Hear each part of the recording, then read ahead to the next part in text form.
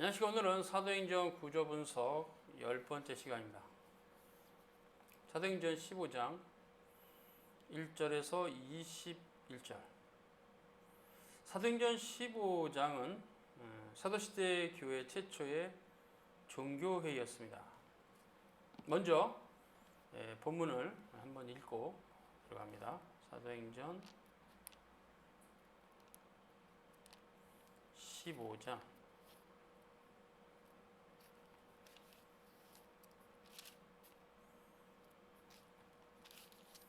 1절에서 21절까지. 어떤 사람들이 유대로부터 내려와서 형제들을 가르치되 너희가 모세 법대로 할례를 받지 아니하면 능히 구원을 얻지 못하리라 하니, 바울과 바나바와 저희 사이에 적지 아니한 다툼과 변론이 일어난지라. 형제들이 이 문제에 대해서 바울과 바나바 및 그 중에 몇 사람을 예루살렘에 있는 사도와 장로들에게 보내기로 작정하니라.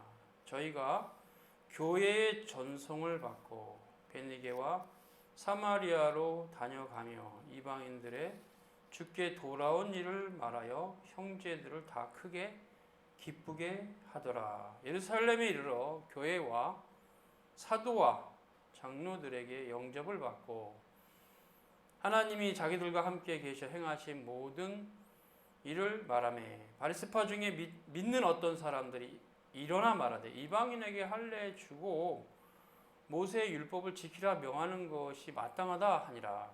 사도와 장로들이 이 일을 의논하러 모여 많은 변론이 있은 후에 베드로가 일어나 말하되, 형제들아, 너희도 알거니와 하나님이 이방인들로 내 입에서 복음의 말씀을 들어 믿게 하시려고 오래전부터 너희 가운데서 나를 택하시고 또 마음을 아시는 하나님이 우리에게와 같이 저희에게도 성령을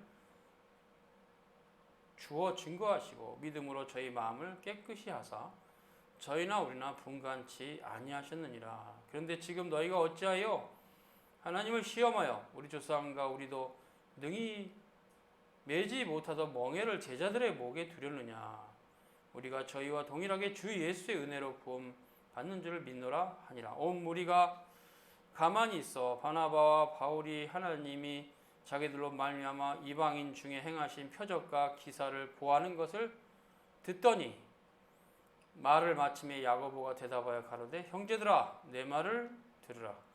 하나님이 처음으로 이방인 중에서 자기 이름을 위할 백성을 취하시려고 저희를 권고하신 것을 시몬이 고하였으니 선지자들의 말씀이 이와 합하도다. 기록된 바 이후에 내가 돌아와서 다윗의 무너진 장막을 다시 지으며 또 그 퇴락한 것을 다시 지어 일으키리니 이는 그 남은 사람들과 내 이름으로 일컬음을 받는 모든 이방인들로 주를 찾게 하려 함이라 하셨으니, 즉 예로부터 이것을 알게 하시는 주의 말씀이라 함과 같으니라. 그러므로 내 의견에는 이방인 중에서 하나님께로 돌아오는 자들을 괴롭게 말고 다만 우상이 더러운 것과 음행과 목며 죽인 것과 피를 멀리하라고 편지하는 것이 가하니, 이는 예로부터 각 성에서 모세를 전하는 자가 있어 안식일마다 해당해서 그 글을 읽음이라 하더라. 이 부분을 읽어보면 교리 논쟁의 핵심은 그것이었어요. 안디옥 노예로 가만히 들어온 형제들이 있었습니다. 이 형제들은 예루살렘에 있는 사도들의 파송을 받은 자들이 아니에요. 이제 불법을 행하는 자들입니다. 전혀 보고도 없이 자기 마음대로 그냥 왔어요. 그렇게 함부로 교회를 옮기는 게 아닙니다. 근데 이들이 또 선생의 위치에 있는 자들이었어요. 그냥 이렇게 신앙생활 하러 안디옥에 온 사람들이 아니라 안디옥에서 한번 우리가 선생으로서 노릇 좀 해보자, 이런 마음을 갖고 온 것 같아요. 갑자기 모세 법대로 할례도 받아야 구원을 받는다, 이런 제목으로 안디옥 노예를 들끓었어요. 할례를 받지 않았던 이방인들이 되게 큰 시험에 빠졌습니다. 그 시대의 상황으로 돌아가면 굉장히 데미지가 클 만한 말이에요. 이런 주장은 너네 할례 못 받았기 때문에 구원받지 못해. 그럼 예수를 믿음으로만 구원받는 게 아니네? 그렇지. 할례도 행해야 돼. 율법도 다 지켜야 되지. 이런 식이었어요. 그래서 이제 이들과 바나바 바울이 서로 달랐어요. 바울과 바나바는 아니다. 이제는 그리스도 예수를 믿음으로만 구원받지 할례는 예수님 오신 이후에 의미가 없다. 할 필요 없다. 이렇게 이제 논쟁이 붙었어요. 결말이 안 났습니다. 그래서 이것을 예루살렘 공회에 헌의하기로 결정했어요. 예루살렘 공회에 헌의하기로 안디옥 노예가 이 안건에 대해서. 그래서 2절에 보면 이 문제에 대해서 바울과 바나바 및 그 중에 몇 노회원들이 총대로 예루살렘에 있는 사도와 장로들에게 가서 이 안건을 예루살렘 노예 해결하기로 하다. 이런 해석될 만한 본문이 있습니다. 이렇게 결정된 안디옥 노회의 총대들은 이제 예루살렘 노예를 향해서 나아갔죠. 그래서 이렇게 두 노회가 모인 예루살렘의 공의회는 최초의 장로교 대회, 시노드입니다. 영어로 시노드의 개념이 있어요. 그러나 이 형태는 사도시대의 교회의 어쩌면 최초의 총회의 성격도 있어요. 완벽하게 다른 지역의 로마 지역이나 이쪽에 노예가 세워지지 않는 형태에서 아주 유력한 두 노예가 대회를 열었는데 첫 예루살렘의 총회의 성격이 있어요. 장로교 관점에서 보면. 그래서 이제 보니까 바리스파 중에서 기독교를 개종한 사람들은 이 의식이 강했어요. 그래서 이방인들에게도 할례를 시행하고 모세의 법을 지키려 하자. 그래서 여기 이 안건을 가지고 거기 보니까 사도와 장로들이 모였다. 이 사도와 장로들이 모였다는 개념이 장로교 7위회의 원리입니다. 즉 사도와 함께 장로들이 7위회를 구성하는. 그래서 평범한 항전 직원이 목사 곧 교사 그리고 7위 장로가 당회와 노회와 총회를 구성하는 것은 성경적이죠.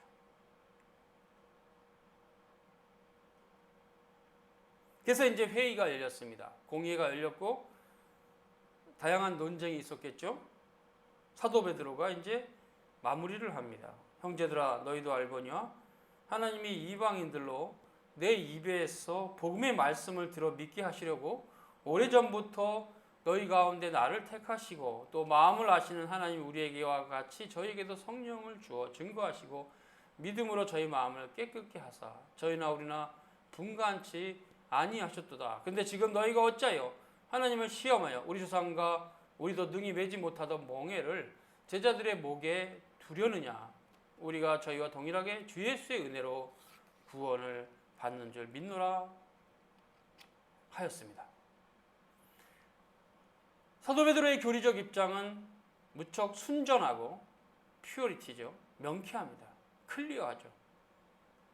이 본문은 신구약 언약의 경륜의 차이와 함께 그 본질에 대해서 증거하는 겁니다. 구약의 언약도 은혜 언약이다. 우리 재상도 능히 매지 못했던 멍이었다. 모세 율법은. 근데 이제 주님이 오신 이후에도 이 멍에를 이방인 기독교인들에게 너희가 지우려 하느냐? 안 된다. 우리와 저희가 이제 더더욱 동일하게 주 예수의 은혜로 구원받는 줄 믿는다. 이렇게 선언한 것입니다. 신구약 실체의 통일성의 교리를 선언한 것이죠. 구약의 백성도 신약의 백성도 모두 구주 예수 그리스도를 믿음으로 구원을 받습니다. 다만 옛 언약 시대에는 할례를 통해서 모형적으로 아브라함 자손들이 이렇게 그 하나님의 교회에 가입이 됐죠. 새 언약에는 주님이 오셨기 때문에 더 이상 옛 언약의 규례들은 폐하고 세례를 통해서 새 언약의 교회로 들어오는 거죠. 그때는 유대인이나 헬라인이나 차별이 없다. 바울 서신에서 한 말이죠. 사도 베드로는 옛 언약에 속하여서 율법의 규례를 따라 할례도 받았고 아마 성인식까지 마쳤을 지극히 평범한 유대인이었어요. 그러나 그가 예수 그리스도를 믿음으로 구원을 얻었다는 이 교리를 선언했을 때 이 교리는 신구약 실체의 통일성의 교리가 되는 것입니다. 사도 베드로는 당대 정통 신학자였어요. 사도 베드로는 구주 예수 그리스도를 따른 진정한 사도였어요. 그의 사도됨은 그리스도에게 직접 부여받은 것입니다. 이제 바나바와 바울이 사도 베드로의 의견에 대해서 기조 발언합니다. 이것은 안디옥노에 있었던 모든 선교 사항이죠. 선교 보고죠, 일종의. 그리고 사도 베드로의 발언을 지지하는 겁니다. 사도 베드로의 말이 맞다. 우리가 안디옥에서 함께 목회를 했는데 베드로의 발언 그대로 역사가 나타났다. 하나님께서 이방인도 구원으로 이끄셨다. 사도 바울과 바나바가 증거한 것이 이렇게 되는 베드로의 발언을 확증하는 형태였어요.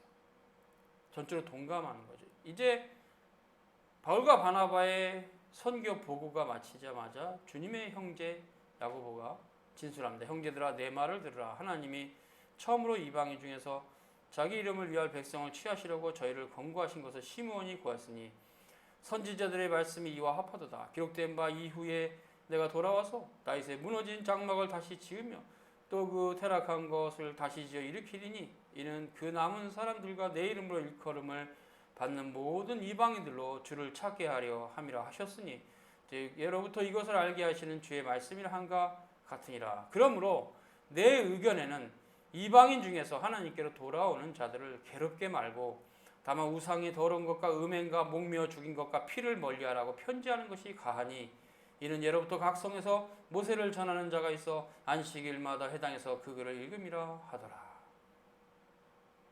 매우 길게 되어 있는 사도 야고보의 견해는 매우 중요한 사도시대 교회의 규례가 됐습니다.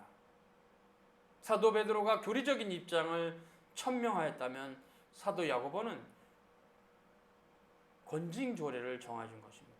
이 정도 선에서만 권징하고 치리하고 다른 부분은 문제 삼지 마라. 사도 야고보는 실제로 사도시대의 교회의 권징조례라고 할 수 있는 야고보서를 기록했죠. 야고보서는 사도시대의 교회의 규례와 같은 것입니다. 규례. 야고보서는 사도적 정통교회 치리서입니다. 이러한 소중한 서신을 남긴 사도 야고보는 구주 예수 그리스도의 동생이었어요. 어머니 마리아가 낳으신.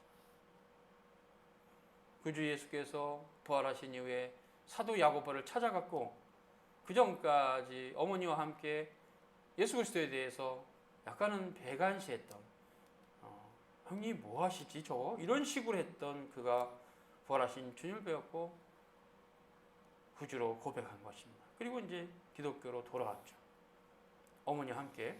그래서 그 120명의 마가 다락방에는 사도 야고보도 어머니 마리아도 있었을 것으로 추정합니다. 단지 어머니 마리아에게서 나온 맏형이 아니라 구주로서 그리스도로서 예수님을 영접하기 이뤘어요. 그리고 그는 평생 사도로서 사도시대 교회의 보호하로서 교회 치리서를 출판하면서 사셨어요.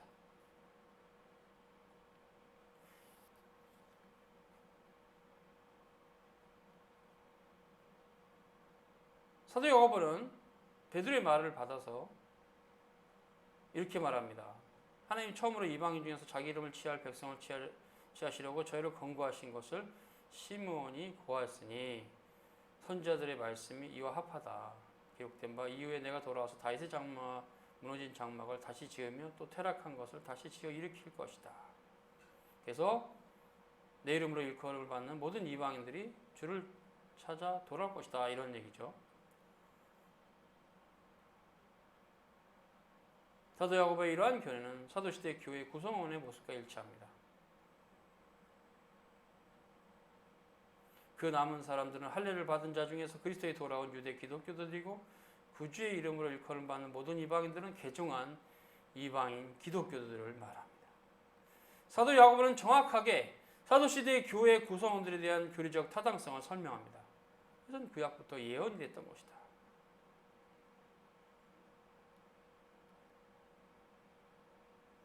그래서 이제 사도 야고보는 정확하게 신구약 성경을 해석하고 나서 교회 7위에 대해서 지침을 정해줍니다.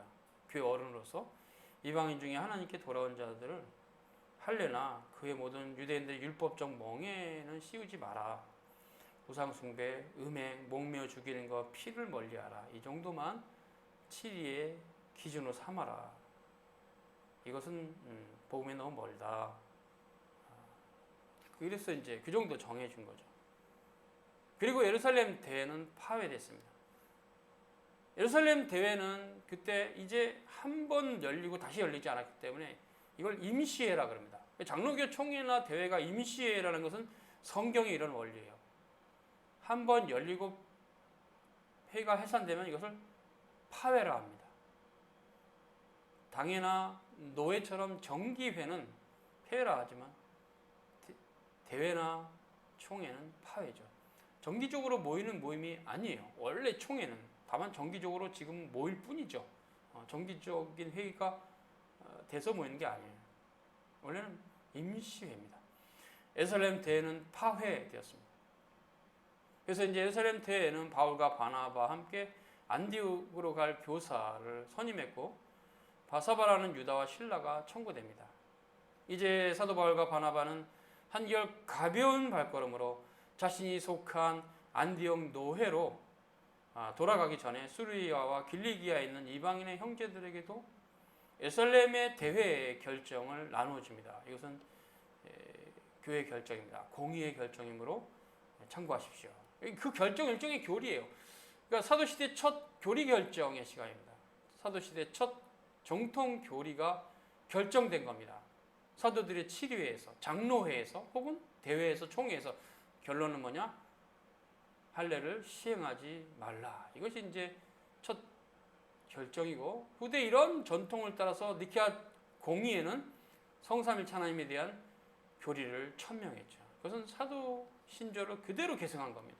그리고 후대에 또 칼케돈 공의에서는 칼케돈 신경을 채택하면서 거룩한 보편교회, 에큐메니칼 처치는 모두 이 교리를 따라 정통 교회와 거짓 교회,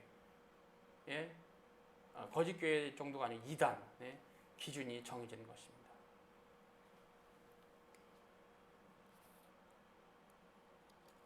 그 결정문에 보면요, 사도행전 15장 24절과 29절인데요, 봉독해 드립니다. 들은즉 우리 가운데 어떤 사람들이 우리가 시킨 것도 없는데 나가서 말로 너희를 괴롭게 하고 마음을 미혹하게 한다 하기로 사람을 택하여 우리 주 예수 그리스도의 이름을 위해서 생명을 아끼지 아니하는 자에 우리의 사랑하는 바나바와 바울과 함께 너에게 보내기를 일치 가결하노라.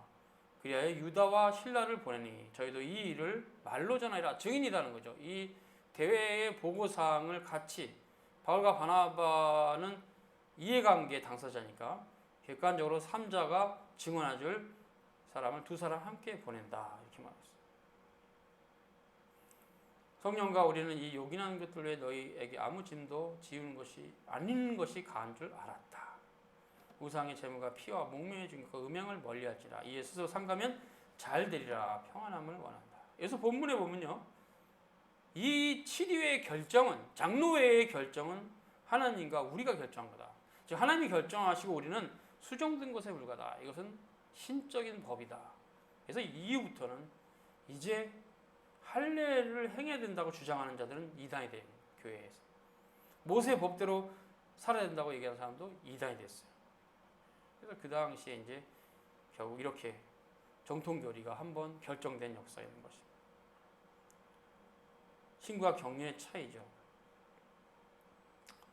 사도시대 이후에 거룩한 보편교회 공회를 통해서 결정된,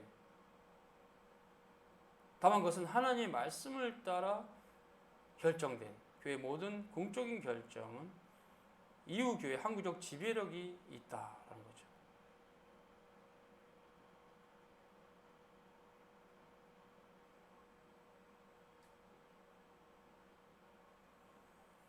거룩한 보편교회 공적 선포로서 일치된 신학적 입장을 가진 사도시대의 가르침과 최소한 사도신조와 일치된 신학적 입장을 갖고 있는 후대의 결정들은 모든 교회가 존중해야 될 것입니다. 왜냐하면 정통신학이고 함께 가는 신학이기 때문에.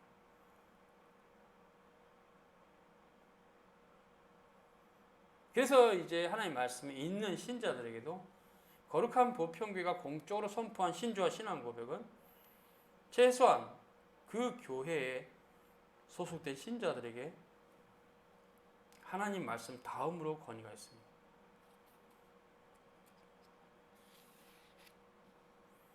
그래서 사도시대 이 종교회의는 사도행전 15장에 교회 공적 구성력을 가지고 결정된 겁니다. 이런 결정들은 후대 이단들을 정죄하는 굉장히 중요한 기준이 됐어요. 뭐 노스틱주의자들, 몬타누스 이런 분들, 이런 집단들, 기독교 혼합주의죠. 이레네우스의 이단 논박, 아드버스스 헤레시브스라는 저서에 잘 나와 있어요.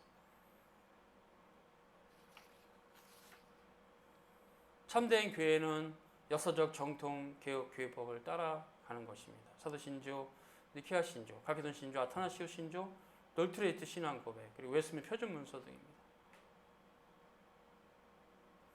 니케아 공의회는 예수 그리스도의 신성을 부인하는 아리수주의자들을 정죄했던 결정을 내고요. 니케아 신조로. 그래서 삼일체 교리가 정립됐죠. 사도신조 이후에. 갈케돈 신조는 그리스도의 이성 일인격 교리를 흔드는 단성론자들이나 이성 이인격 네스트리오스주의자들을 정죄해서 정통교리로 남았어요. 그것은 후대 아타나시우스 신조라는 모든 에큐메니칼 처치 교회들이 따라가는 신조로 남았어요. 아타나시우스 신조는 잘 정리됐죠. 그리고 그 이후에 이제 종교개혁 시대에는 여러 훌륭한 신조와 신앙 고백들이 있으나 대외적으로 잘 알려진 것은 돌트 총회, 돌트 신조와 웨스민스터 총회, 웨스민스터 표준 문서입니다. 장로교회는 웨스민스터 표준 문서를 따라가는 것입니다. 이 두 문서는 공교가 결정한 것뿐 아니라 신학이 일치합니다. 일치해요. 다른 교리를 서로 말하지 않고 하나의 교리를 말하고 있어요.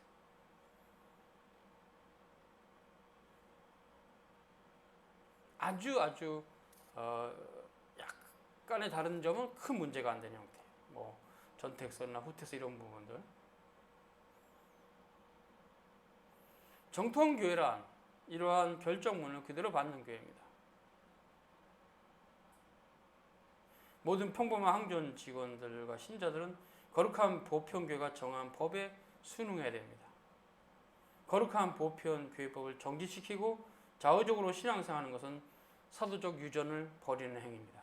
장로교회법은 장로교회 직원과 일반 신자들을 치리하는 법입니다. 거기에 합당하지 않게 불응하는 것은 하나님께 불응하는 겁니다. 성령과 치례가 결정한 법이라면 거기에 순응하는 것이 맞겠죠. 오늘은 여기까지 수고하셨습니다.